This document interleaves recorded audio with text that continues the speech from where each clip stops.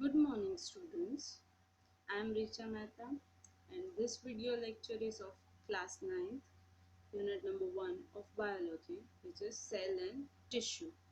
So, now, as you studied about cell, the fundamental, which is the fundamental unit of life in class 8th, let's have a quick recap on what you studied in class 8th. So, what do you think of this image? As we all see, there is a cells, and which is, as we know, that cell is a fundamental unit of life, and without cell, organisms or any living organism could not exist. So humans are made up of trillions of cells, where an amoeba is made up of only one cells. What is cell? Cell is the structure and functional unit of any living organism or any life. As we know that two cells are categorized in two categories: single cell, which is unicellular cell organisms, and multicellular organism, in that there is a two or more cells or a set of cells. So we can say, for an example, amoeba, algae, bacteria, they are all single cell organism, and here is a given figure of amoeba, that is single cell organism. And multicellular organisms like plants, animals, we humans are all multicellular organism. So how does a cell perform basic function? Humans can perform this function with the help of organ, while cells have specific components or organelles that perform the individual function. Our body is a multicellular organism, so we have different organs to perform different activities.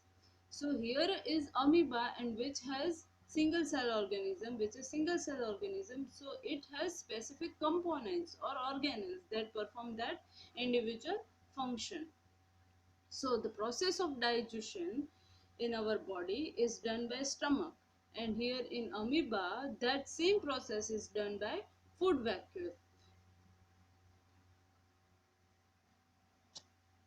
So you already learned about the cells, how much they are in number, their structure and size in your last class.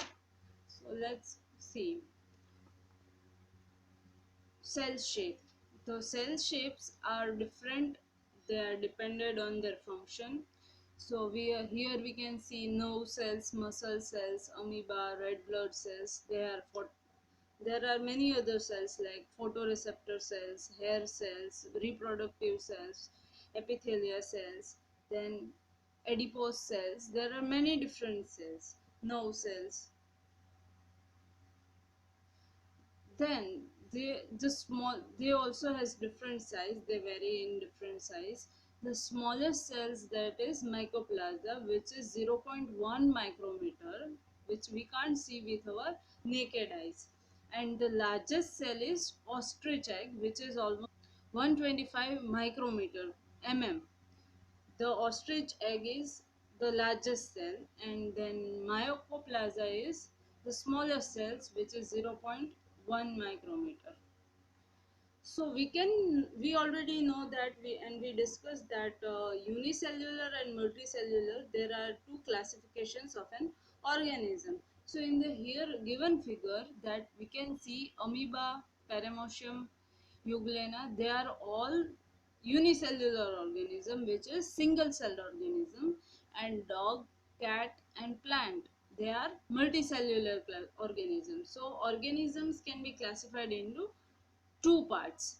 So as we see that if we define something, then we can say that organisms that have single cells, consist of single cells, are unicellular, and organisms that consist of two or more cells or a set of cells are multicellular.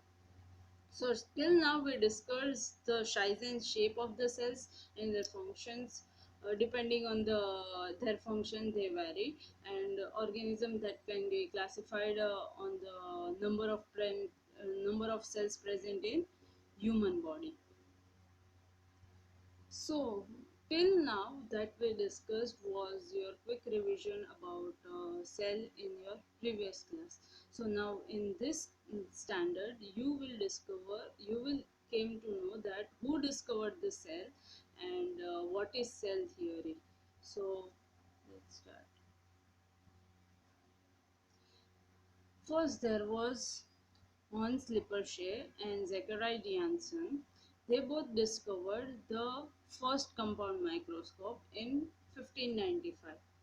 Then came Robert Hooke, who discovered cells in 1665, almost 70 to 75 years after microscope was invented. After 75 years, in 1665, Robert Hooke discovered cell.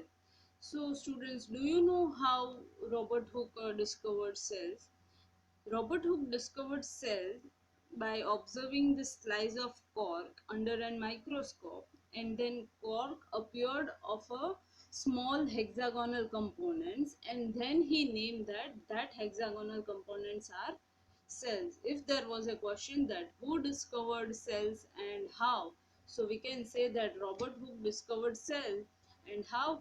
By observing the slice of cork under a microscope, and then in a slice of cork he discovered that there are some small hexagonal components, and that he named as cell. Then there came Antino van Leeuwenhoek. He discovered that living cells in pond water, that using an improved microscope. Hence Lippershey and Zachary Janssen, who invented compound microscope. Then in 1675 there was improved version of that microscope, and by using that, Antino van Leeuwenhoek said that living cells in discovered living cells in pond water. So then came Matthias Slider. He discovered after almost 160 to 65 years after Antino van Leeuwenhoek said that living cells in pond water. After 160 years, Matthias Sheldon said that plants are also made up of cells in 1838. Then when Antino van Leeuwenhoek said this in 1674, that living cells in pond water, and in 1838 plants are also made up of cells was said by Matthias Schleiden. Then came Theodore Schwann. In just a year after Matthias Sheldon, he discovered that animals are also made up of cells. Then came Rudolf Virchow. In 1855, he stated that all cells came from pre-existing cells.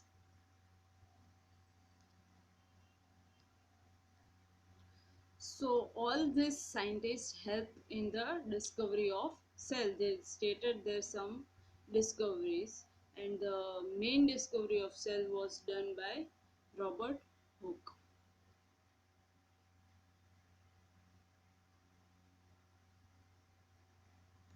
So now let's see cell theory. What is cell theory and who made the cell theory? So the development of cell theory was done by the last three scientists, which we see in Matthias Sheldon, Theodore Schwann, and Rudolf Virchow.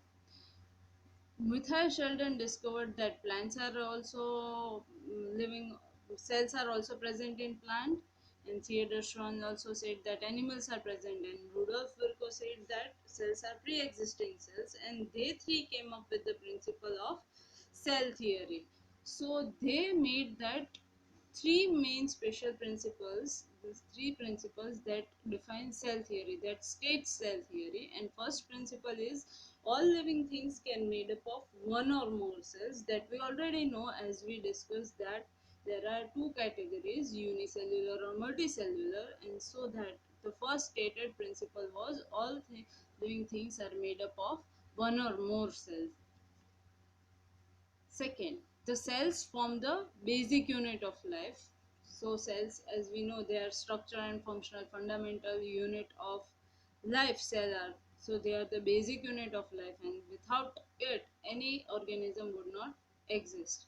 And third point is all cells came up of pre-existing cells. All cells come from pre-existing cells.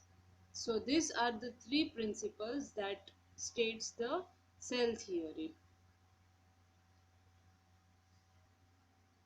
If I ask you a question, why is cell called the structure and functional unit of life? So we can say that they are structure and functional unit of life because every life need to sustain, and that is the main function of cells.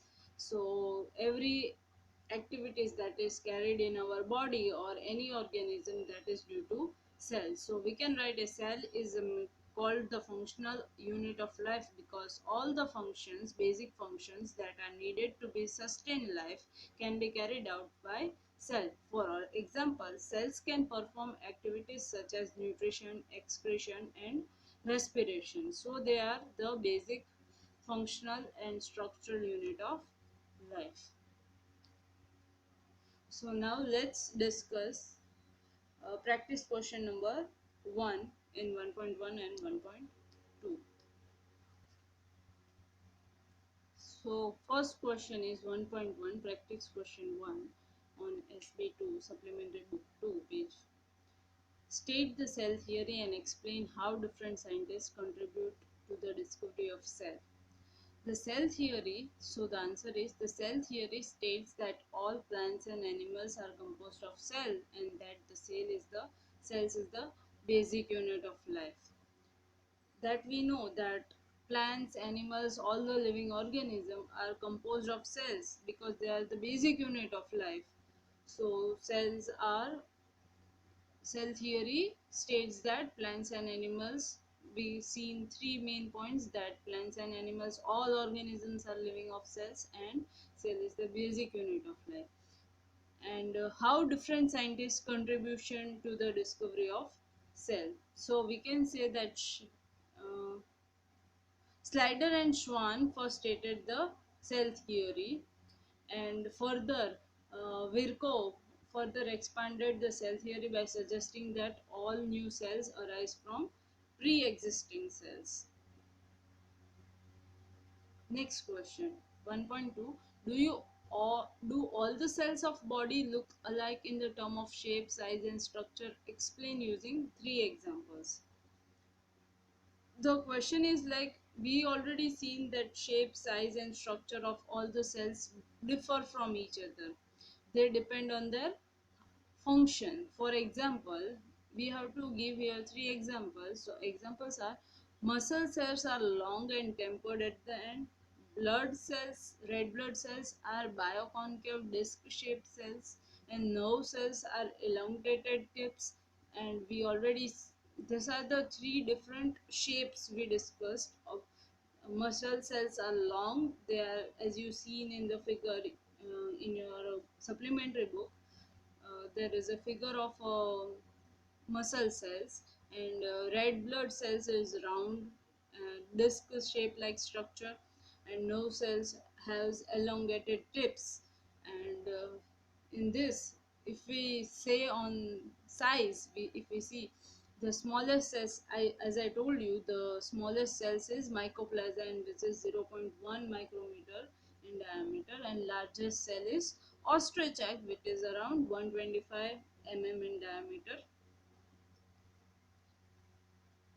So if we answer the filling the blanks and if we take a quick review, we can say that cells are the basic structure and functional unit of life, which you already know.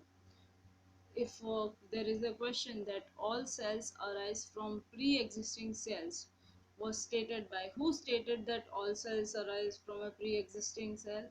Virchow stated that all the cells arise from pre-existing cells. Then there is a question: cell theory was proposed by who proposed the cell theory? First, it was proposed by Sheldon and Swan. They both discovered that first basic unit of life, and then Virchow said that uh, all the cells are pre came from pre-existing cells.